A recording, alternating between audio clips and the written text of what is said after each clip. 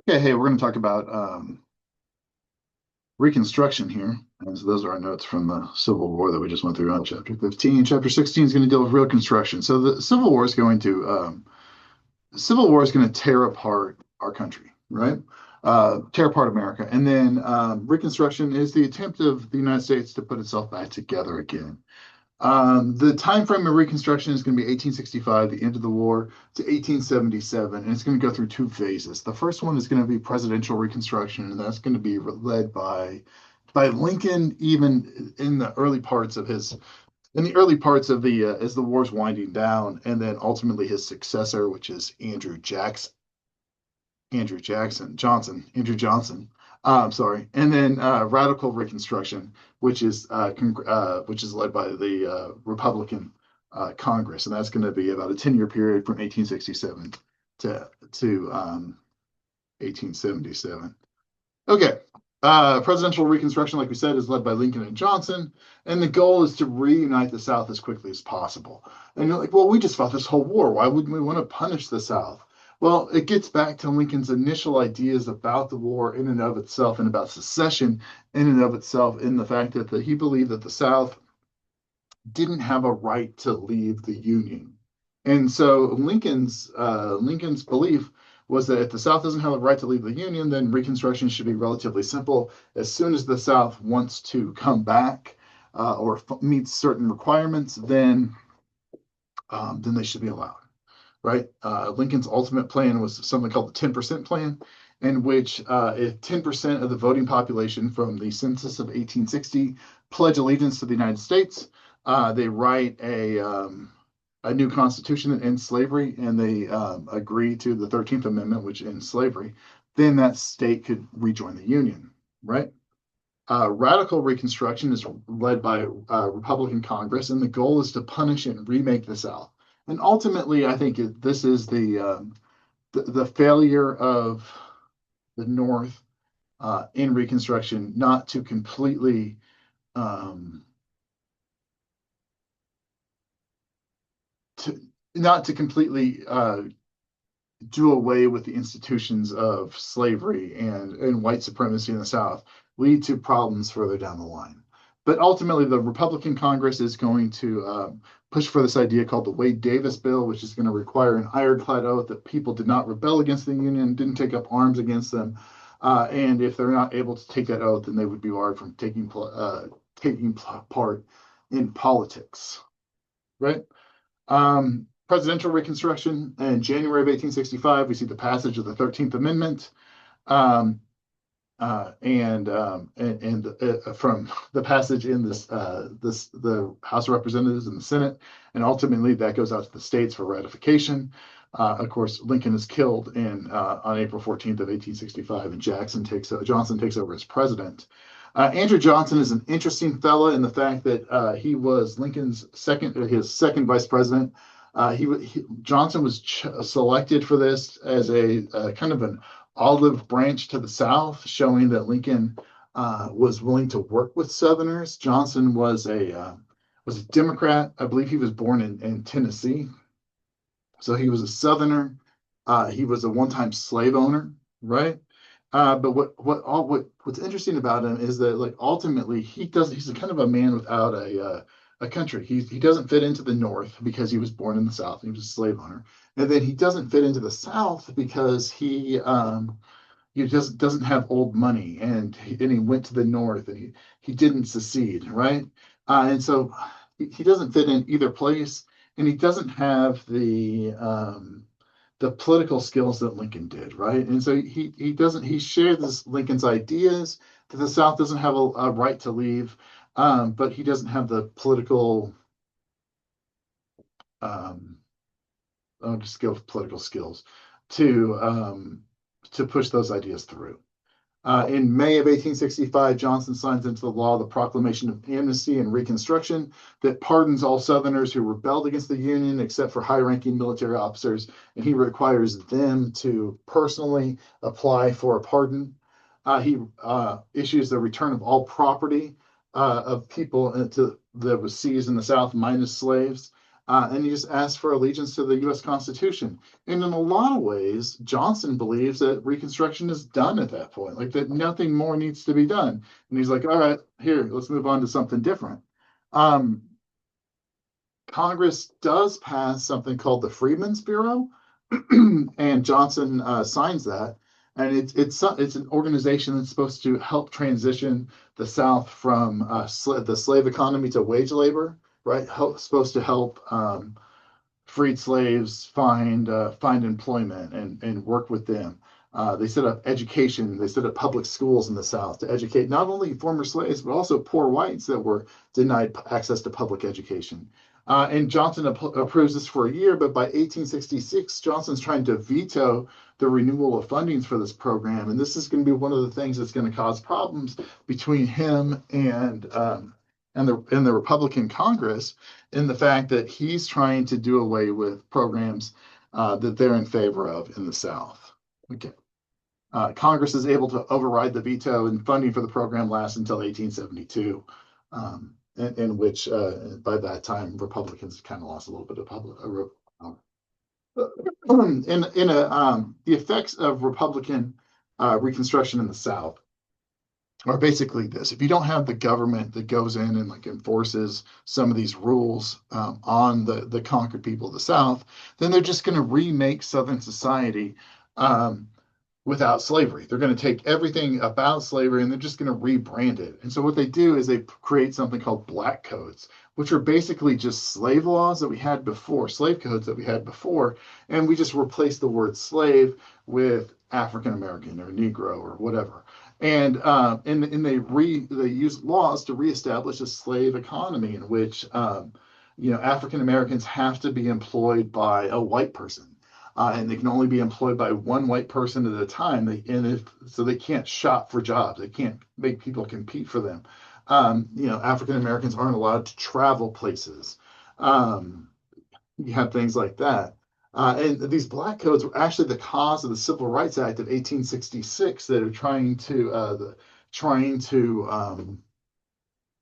the Congress passes the Civil Rights Act of 1866, trying to ensure that all people have equal rights under the law. And so like you wouldn't have these issues of certain laws applying only to black people. And Johnson vetoes that bill and Congress overrides it again. And because of the political opposition to something like the Civil Rights Act of 1866, Congress realizes that you probably need to have some kind of a constitutional amendment that can't be easily changed, because it's easy to change a law. It's very difficult to change a constitutional amendment. And so the Civil Rights Act of 1866 leads to the creation of the 14th Amendment, which offers equal protection under the law at federal and state levels. All right. Johnson, again, openly opposes the amendment, which even furthers this divide between Congress and the president, and it creates more problems. In 1867, Congress passes something called the Military Reconstruction Act, in which they divide the South into different military districts, and they place a Union general in charge of ensuring that the political rights of all people are respected in those areas, right?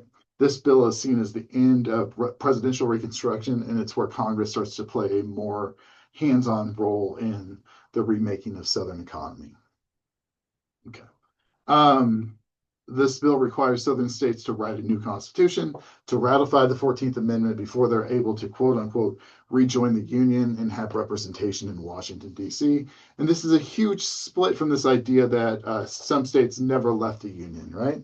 And so ultimately, the goal of radical or congressional Reconstruction is not to reform the Union as quickly as possible, but to change the South. Because of this, there's lots of tension between Johnson and President Johnson and the Congress. This is ultimately going to lead to the impeachment of Andrew Johnson. Johnson defies a law that was passed by Congress called the Tenure of Office Act, which was a law passed by Congress which required him to gain congressional approval before removing an appointed official. I don't know if that law would have been challenged in the court system if it would have held up. But anyways, in August of 1867, Johnson fired as Secretary of War. and is charged with a high crime or misdemeanor in violation of this act. Johnson is impeached by the House of Representatives. He goes on trial before the Senate, in which you need 2/3 of the Senate to remove him. And Johnson is the closest president that we've ever had to being removed from office. We've had 3 presidents and we've had 4 impeachments. And Johnson survived by 1 vote.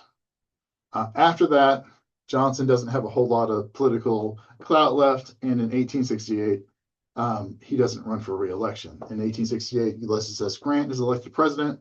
Grant doesn't really have the political experience to challenge Congress for control of Reconstruction, and just kind of goes along for the ride. Okay, 14th Amendment is passed. The 15th Amendment comes about in 1869 and is ultimately ratified in 1870, which gives African American men the right to vote.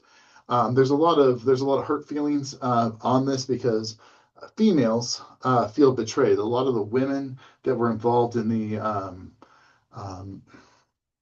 abolition movements before the war feel like they're working for the right for women to vote, and they feel like that should have been offered to them as well. And African American men basically argue that, hey, we need this, and we're not going to. It's a good thing regardless of who gets left out. And so ultimately, women are going to have to wait another 40 years, no, 50 years before they're given the right to vote. All right. During radical Reconstruction, we see the creation of something called union leagues, and these are political organizations that help Blacks win representation in the House of Representatives and the Senate and even local governments. During this time frame, you're going to see African Americans from the North travel to the South and run for positions of leadership. The South are going to refer to these people as carpetbaggers. But you are going to see 2 African American senators elected from the state of Mississippi. You're going to see a number of members of the House of Representatives, and a lot of governments are actually going to be, local governments are going to be run by African Americans. Because in a lot of southern states, you have a majority African American population. You got to think about the slave populations in places like Alabama or Mississippi that you have that. Actually, one of the interesting things, the first African American senator was from the state of Mississippi, and he filled the seat that was vacated by Jefferson Davis, which is a fun little fact there. Okay, the success of African Americans and local elections lead to real change in the South. Like, we start to change the southern governments start to change how they collect taxes or how they tax people. They start to put tax on property, on land, instead of taxes on the production of the land, right? And so now all of a sudden, white farmers that had lost their most of their wealth during the war are now being taxed because they hold land, right? And so they're starting to lose land, having to sell land, and they're starting to see their hold on the South begin to fade away. And so they begin to reorganize and try to maintain their control in the South. And the 2 ways they're going to do that, the first one is going to be through sharecropping. They're going to encourage African Americans and even poor whites to lease land on their property, and they would loan these people money to plant crops, and then those farmers could pay back those loans through the crops that they raise. And obviously, if you're loaning those types of money and supplies and whatever, you're going to increase rates and interest rates, and you're going to charge people so much money that they can't get out of debt, and you're going to control folks that way. If I'm a sharecropper, I'm probably either going to encourage my tenants to either vote a certain way or not vote. And so that's one way to limit the African American vote, is to threaten to kick them off land if they go and vote. Another way is through fear and terrorism. You see organizations like the Ku Klux Klan that come about during this time frame that terrorize African Americans and use violence to reduce voter turnout. And so as we move further and further into the 1870s, the number of African Americans getting out to vote becomes less and less, right? So by the middle of the 1870s, the Democratic Party had regained control of the South due to a decrease in the African American vote. In the election of 1876, the Democrats are going to run somebody by the name of Samuel Tilden from New York. The Republicans are going to run Rutherford B. Hayes. And the election is in dispute. There's a number of states that have some discrepancies in the outcome, right? The Democrats and Republicans meet in Congress. They hash out a deal, basically called the Compromise of 1877, in which the Democrats allow Hayes to win the election in exchange for the ending of the military occupation of the South. And that's going to bring about an end of Reconstruction. That's going to basically hand over the South again to the white supremacists that favor this idea of a society that in which whites are on top and African Americans are on bottom. And so that's kind of a bummer of a deal. That's where we're going to end the class, but that's the end of Reconstruction in 1877. Again, Reconstruction is much more complicated than we just made it right there, but that really gives you some highs and some lows. And I enjoyed the class. Hope you guys did too. And hopefully we'll see you in the future. Thanks. Bye-bye.